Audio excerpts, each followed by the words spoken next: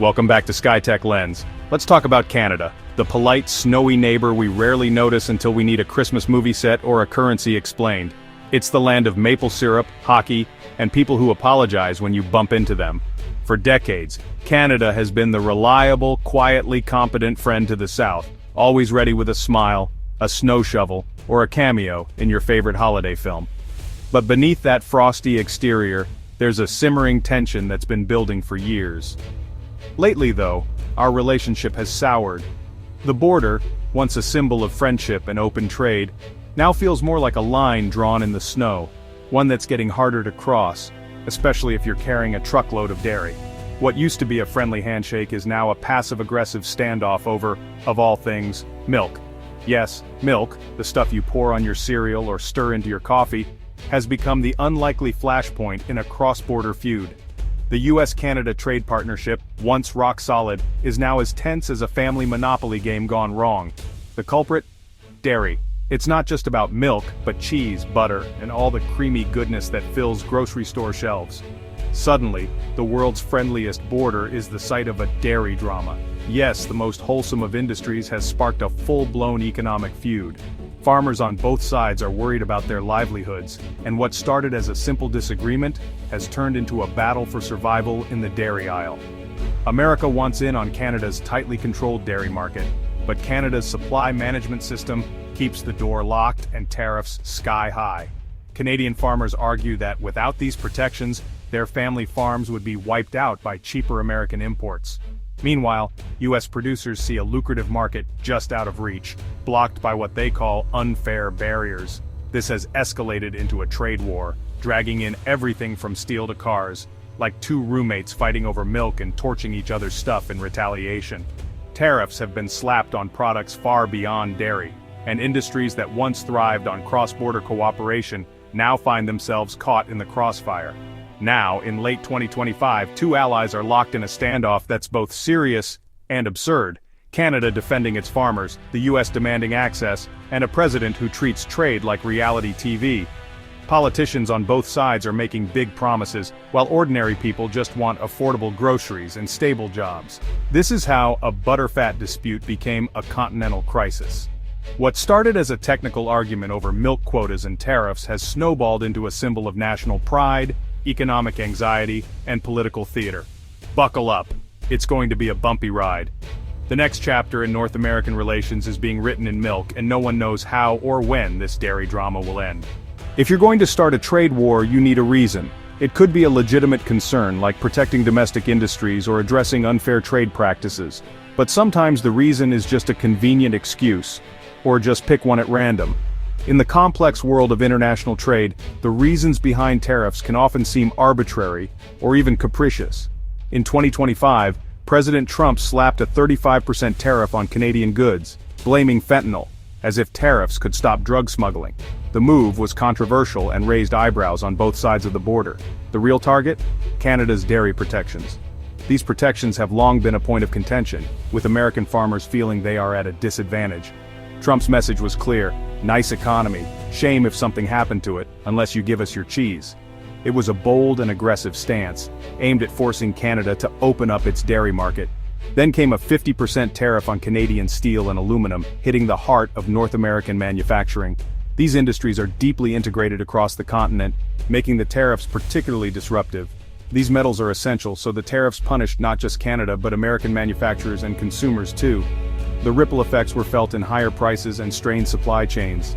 Linking a public health crisis to a trade dispute was a smokescreen for a simple shakedown. The fentanyl crisis is a serious issue, but using it as a pretext for tariffs was seen by many as disingenuous. The real issue was Canada's refusal to cave on dairy.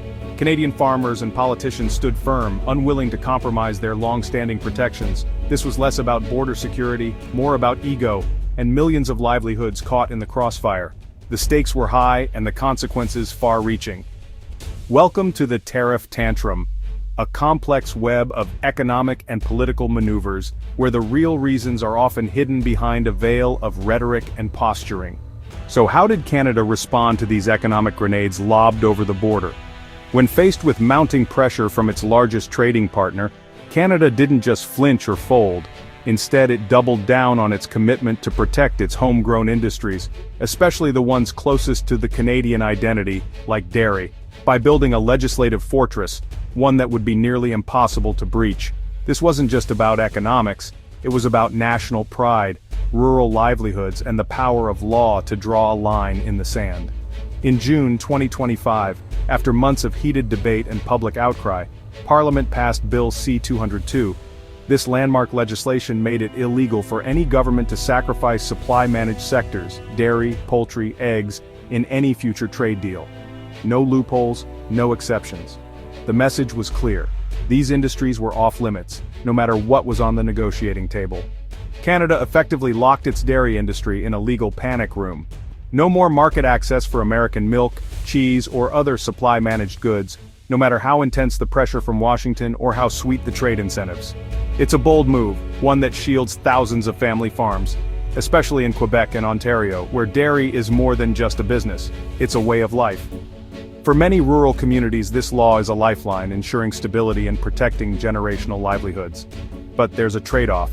By locking in these protections, Canada also limits its own flexibility in future negotiations. The government's hands are now tied, making it harder to strike creative deals or offer concessions in exchange for other economic gains. Critics argue it's like sitting down at a high-stakes poker game and announcing you'll never bet your watch. Protective, yes, but it makes your strategy predictable. It signals to trading partners exactly where you won't budge, potentially weakening your overall bargaining position. The law cements Canada's dairy stance in stone, but it doesn't address the underlying tensions or resolve the core dispute with the U.S. The fundamental disagreement over market access and fair competition remains as sharp as ever.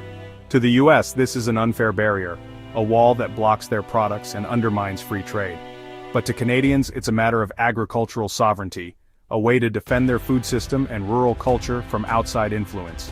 Bill C-202 draws a line in the sand, one made of butter, legal code, and a deep sense of national identity. It's a statement that some things are simply not for sale. Canada isn't just preparing to negotiate, it's preparing to defend its values, its farmers, and its way of life, no matter what comes next. Trade wars are like boomerangs, they come back to hit you. Trump's 50% tariffs on Canadian steel and aluminum were meant to protect U.S. industry, but backfired spectacularly. American automakers like GM and Stellantis lost billions in 2025, with costs passed straight to consumers. The price of a new car could jump by $9,000, the Making America Great Again surcharge. Ironically, the Ford F-Series, America's favorite truck, relies on Canadian aluminum. The tariffs hurt the very industries they were supposed to help, undermining U.S. competitiveness. North American manufacturing is deeply integrated. Tariffs smash those supply chains. The result? Chaos, higher prices, and American companies wondering why their own government is kneecapping them over Canadian cheese. This is a real-world lesson in basic economics. Trade isn't us versus them, it's a partnership. And right now, everyone's losing. With economic chaos raging, Canada made a surprising move. It rolled back most retaliatory tariffs in August. Critics called it surrender, but was it? The government framed it as strategic de-escalation, removing tariffs on consumer goods to lower the temperature and focus the fight. Canada aimed to keep the moral high ground, showing itself as the reasonable partner ahead of the crucial 2026 USMCA review. By de-escalating, Canada can say, "We tried to be sensible, the ball's in your court, but there's risk." Washington might see this as weakness, encouraging more pressure on dairy and steel. It's a high-stakes gamble, retreating on some fronts to fortify the ones that matter most, like dairy. Whether this olive branch is accepted or slapped away remains to be seen. Canada is betting on diplomacy over escalation. The outcome? Still a multi-billion-dollar question. All this drama is just the prelude to the main event, the 2026 USMCA review. That's when the entire trade deal can be reopened or blown up. Every move now is about positioning for that showdown. Canada's strategy: defend, lock down dairy, diversify, seek new trade partners, and de-escalate, keep most trade flowing.